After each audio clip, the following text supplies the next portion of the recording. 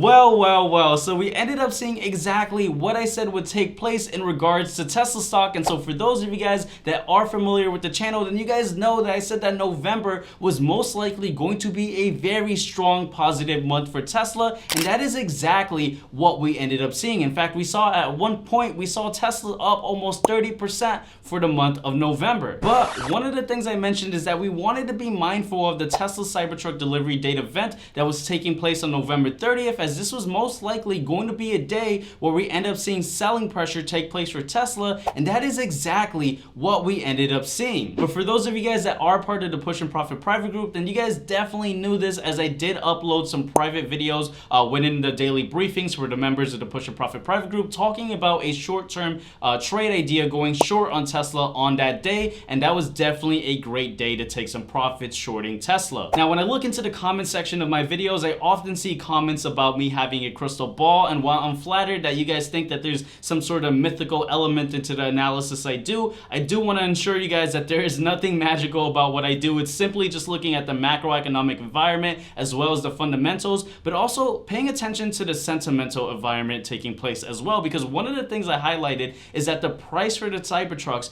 was most likely going to be an issue. I said that it's not going to be the price that was initially promised just a few years ago due to factors of inflation, but also due to the factor of when you looked at the Tesla Vindicator for 2024, and I went into deep explanation about this in previous videos, but essentially car manufacturers have to upload something called a Vindicator. It's a document kind of just breaking down what the numbers under VIN for their vehicles mean. And so again, for those of you guys that don't know, those numbers actually do have some sort of meaning, and we kind of found out that Tesla was not going to be offering the single motor models for the Tesla Cybertruck, and so most likely the prices for the Cybertrucks due to inflation and due to this was most likely again going to be higher, and that was going to be very disappointing for a lot of individuals who were promised that the Cybertrucks were going to start at around $40,000. Now look guys, I am a long-term bull for Tesla myself. I do have exposure to Tesla in my long-term portfolio. I'm definitely a bull for Tesla, but you know, there is a lot of zealotry when it comes to Tesla, and that's fine. You know, you could definitely be a big Tesla fan, as I am myself,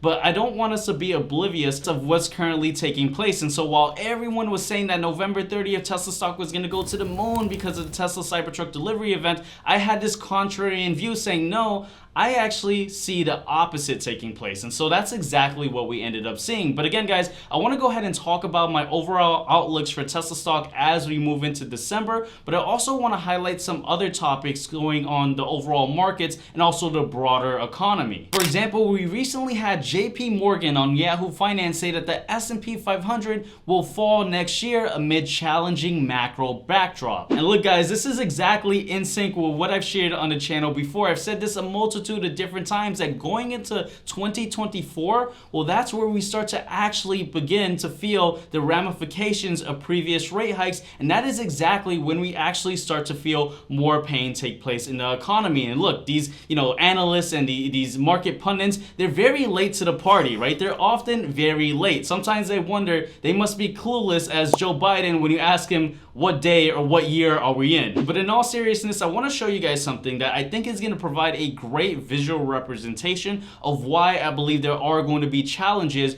going into 2024. And so right over here, we see a chart of all the previous rate hikes that we've had since 2022 throughout 2023. And one of the things I want us to understand is that it pretty much takes about 1 year to 15 months before we actually feel the ramifications of the increases in these rate hikes. And so far, we've only felt a small percentage of the previous rate hikes. We still have a lot of basis points that were hiked up that we still haven't felt reach through the pipelines of the economy. And so this is going to be a huge issue for a lot of companies, especially Tesla, as Tesla is a very rate sensitive company. Of course, if interest rates are high and people are not able to afford a car due to the interest rates, well, that means that people are less likely to buy a new Tesla, and that's going to bleed into the corporate earnings. And so that's something I want us to be mindful of. But with that said, I want us to go ahead and hop into my laptop. This way we can have a deeper discussion in regards to Tesla stock, kind of talk about what are some things that I'm seeing for December, and kind of just take a look at Tesla stock from a technical perspective as well, and also talk about some other topics as well along with that. But before we do so,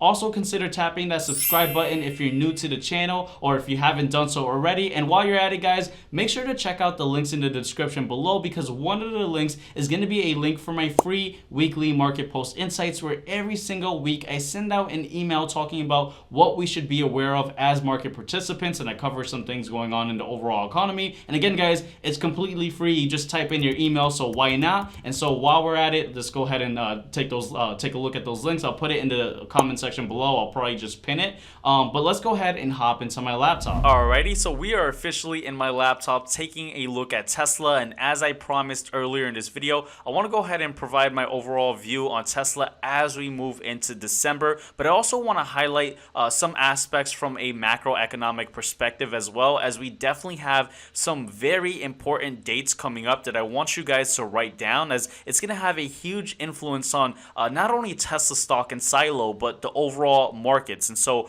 there's definitely a lot to cover in this video. And so if you made it into this portion of this video, I highly recommend that you guys watch this video in its entirety, because there is some stuff that we definitely want to go ahead and cover. Now, before we actually talk about Tesla, I want to highlight some of the trade ideas I've shared with the Push and Profit private group. For example, gold has been a name that I've been very strong on. In fact, I highlighted it to the Push and Profit private group as a good swing trade idea on November 20th, meaning you buy it and you hold it for a period of time. And so it's actually up pretty well from when I first called it out. It's actually up about almost 6%. So definitely a great swing trade. And so if you're interested in joining the Push and Profit private group, not only do I provide my daily briefings where I talk about the overall markets, I also provide intraday ideas for those who like day trading. But for those who can't trade every day but can do swing trades, meaning you buy something and you hold it for some time, there's also some swing trade ideas such as gold. Now,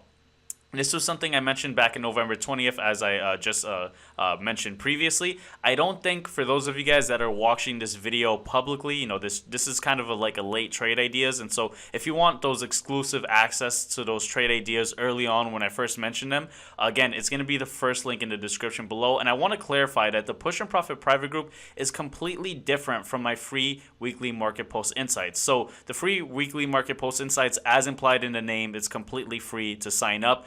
The private group is something that you do pay for, but again, it's not for everyone. You don't have to join, but I still recommend checking out the free weekly market post insights. Another name we also covered was tech, and also pretty much small caps. And so this is something I want us to kind of pay attention to, as it does kind of align with what I am talking about with Tesla. So we're looking at ticker symbol XLK. And so this is an ETF for the tech sector, right? And so November, very great month for tech, but now it's starting to consolidate. And one of the things I literally mentioned in the daily briefing for those within the Push and Profit private group is that I expect the tech sector to kind of cool off a bit now. And I expect that a lot of funds, a lot of these hedge funds and these fund managers, they're going to start allocating some of their capital into the smaller cap stocks. And so that's exactly what we saw. In fact, if we take a look at IWM, which is the Russell 2000, it has exposure to those smaller cap stocks. We see that literally after I mentioned it yesterday for the Push and Profit private group, it did do very well for today. It actually moved up about almost 4% in just one day for the IWM, again, smaller caps. And so I want this is something I shared privately yesterday, but for those of you guys that are watching this video publicly and you're not part of the Push and Profit private group, be mindful that we may start to see some more of the smaller caps. This is the broader ETF for smaller caps. Of course, you could look at individual stocks, but I believe that there's going to be a little bit of a allocation or rotation of capital into these smaller cap stocks, and so that's something I want us to be mindful of. Now, what are some things we want to pay attention to from a macroeconomic perspective that could influence Tesla? Right now, we're circling back to Tesla, something that's a big favorite among retail traders and investors. And so let's go ahead and talk about it. So the first thing I want to highlight is we're seeing the 10-year treasury yield come down, and that's definitely positive for stocks. In fact, we actually saw Tesla stock push up, right? We saw Tesla stock close the day of the Cybertruck. So everyone said Tesla was going to go to the moon. I said no, and Tesla stock ended up falling down. The next day, we actually saw Tesla stock close roughly at the same area it closed the day prior. prior. And so I do expect my overall view for Tesla as we go into December to have a bit of consolidation, but overall closing December slightly higher, right? And so I want us to take a look at this, right? So one of the things I mention often on these videos is paying attention to the market or the volume profile, right? So volume profile is completely different from your traditional volume relative to time. This kind of tells us at what price levels is there a lot of exchanging between buyers and sellers. And so when there's a lot of exchanging of hands between buyers and sellers, that's where we see resistances, areas of consolidation or support. And so we see here at this area, there's these long bars, meaning that there's a lot of people trading, buying and selling at this price level. And so what does that do, right? Well, when Tesla pushed upwards and it reached these areas, well, we started to see Tesla kind of get rejected. And so we're pretty much at this area where, again, there's a lot of exchanging. So I expect Tesla to kind of not do any huge swings down or any huge swings up for December. At the moment, I believe Tesla is just going to be consolidating, but overall closing the month of December fairly green. So that's definitely something just that I'm watching. Of course, we're going to have to pay attention to the data that's going to be flowing through. And so you may ask, well, what data is that? Well, the data I want us to pay attention to is, of course, we're always going to want to pay attention to the 10-year Treasury yields, as when the 10-year Treasury yields are up, that's not good. That doesn't bode well for stocks, because as an investor, why put capital in stocks which are risky? You don't know what's going to happen when you could just buy treasuries, and if the yields are high, you get this secured return. And so when they go down, well, that puts more of an appetite for stocks. That's called the risk premium, right? And so definitely something to watch out for. But more importantly, next week we have a lot of things coming up, okay? And so we definitely have a lot of economic data coming out. So Tuesday, December 5th, we have the JOLTS report, the job openings. And this is something we want to see, because one of the things the Federal Reserve wants is that they want to see job openings contract and come down even further, right? They're trying to get this Goldilocks scenario where not too many individuals go lose their job and unemployment skyrockets. They just want it just right, right? Just like Goldilocks with the three bears, the just right porridge, enough to soften inflation and stop spending, but not enough to collapse the economy. Now, I believe that the Fed already did too much, and they're going to have to either see the recession come or react very quickly starting in 2024 and actually cut rates at a very strong rate, okay? So we'll have to see what they end up doing in terms of monetary policy. But again, one thing we also want to be mindful of is not only the job openings, but we get the ADP employment numbers. Now, the ADP employment numbers, typically they come out before we get the government employment numbers, like unemployment, hourly wages, etc. And so recently I've been putting much more emphasis on ADP job employment numbers, as ADP is a private sector, and sometimes I find it much more reliable than the government job numbers, especially how this year we've gotten a lot of revisions from government job numbers. And so that's something that's a bit concerning. Pretty much every single month for this year, we get the numbers from the government, and then it's revised a month later. Now, that's normal, right? It's normal to have revisions, but these are very strong revisions, and so that's a bit concerning. And so I have been, telling individuals both within the Push and Profit private group, but also publicly here on YouTube, that the ADP employment numbers seem to be something that's more concrete and as far as data as we're concerned to look at the job numbers, right? Then, of course, we also get the weekly initial jobless claims. This is different from unemployment. Jobless claims is people filing for unemployment, and this comes out weekly. And so that's another data that we want to see coming out Thursday, December 7th. Along with that, we also get consumer credit and then consumer sentiment, and then we also get more job data numbers coming out. So next week is pretty much a very data heavy week with the job numbers, and so this is going to cause a lot of swings and volatility in the market. And so that's why, going back to Tesla, but also the broader markets like the S&P 500, I believe things are going to be consolidating. Now, we did see the overall S&P 500 break above this descending trend line, and so that's definitely something good, right? That's bullish for the markets. And so that's why I say December, I definitely see it closing higher. The concern is I don't think it's going to be something that's going to be absolutely record breaking, right? Historically, we see December, if you look at, all the way for the last 50 years, December does close up green about 1%.